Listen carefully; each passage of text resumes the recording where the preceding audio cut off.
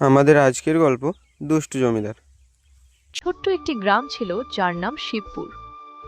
একসময় এই গ্রামের নাম শুনলেই মানুষ ভয়ে কাঁপত, কারণ গ্রামের জমিদার ছিলেন রায় বাহাদুর চৌধুরী। তিনি ছিলেন অত্যন্ত কঠোর, অহংকারী, নির্দয় শাসক। বিশাল দোতলা প্রাসাদ, প্রজারা কেউ চোখ তুলে তাকাত না।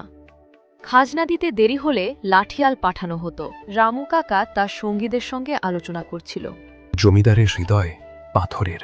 জমিদার রায় বাহাদুর চৌধুরী শুনতে পেয়ে বললেন, খাজনা দিতে না পারলে গ্রাম ছেড়ে চলে যাও। এই বলে জমিদার রায় বাহাদুর চৌধুরী নিজের প্রাসাদে ফিরে গেল। জমিদারের অত্যাচার আর সহ্য করা যাচ্ছে না। সময় ঠিক বদলাবে। উপরওয়ালা সব দেখছে। 1 বছর গ্রামে ভয়াবহ খরা এলো।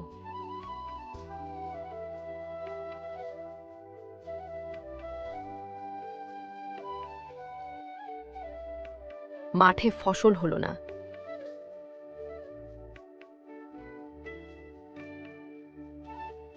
গ্রামের মানুষ না খেতে পেয়ে দিন কাটাতে লাগলো।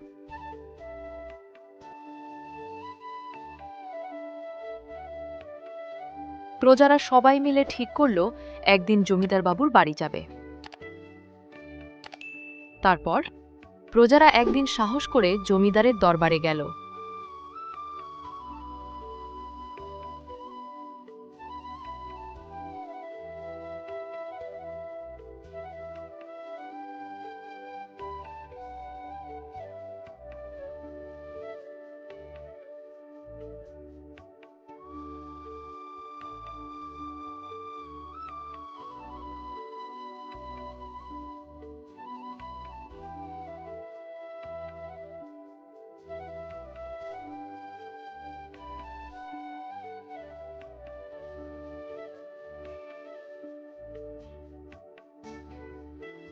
গ্রামের সবাই জমিদার রায় বাহাদুর চৌধুরীকে বললেন,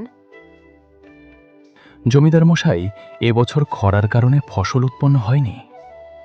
কিছু শস্য দানা দিয়ে সাহায্য করুন, নইলে আমরা না খেতে পেয়ে মারা যাব। এই কথা শুনে জমিদার রায় বাহাদুর চৌধুরী রেগে গিয়ে বললেন, তোমাদের সমস্যা তোমরা বুঝে নাও, আর আমার খাজনা সময় মতো দিয়ে দাও। সেই সময় হঠাৎ সামনে এলো এক কিশোর ছেলে, গোপাল।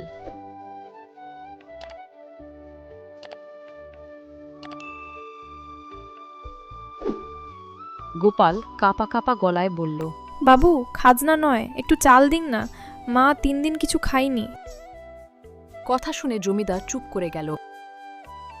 বহু বছর আগে ঠিক এমনভাবে তার নিজের মা না খেতে পেয়ে মারা গিয়েছিলেন। এ কথা যদিও তিনি ভুলে যাননি। জমিদার রায়বাহাদুর চৌধুরী নিজের প্রাসাদে ফিরে গেল। জমিদার রায়বাহাদুর চৌধুরী সেই রাতে ঘুমাতে পারেননি। পরের দিন সকালে এক অদ্ভুত ঘটনা ঘটল।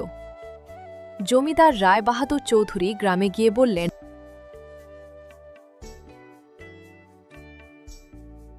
তোমাদের জন্য আমার গুদামঘর সর্বদাই খোলা রইল, আর সবার খাজনা মুকুব করা হলো। গ্রামের মানুষ বিনামূল্যে চাল ডাল পেল।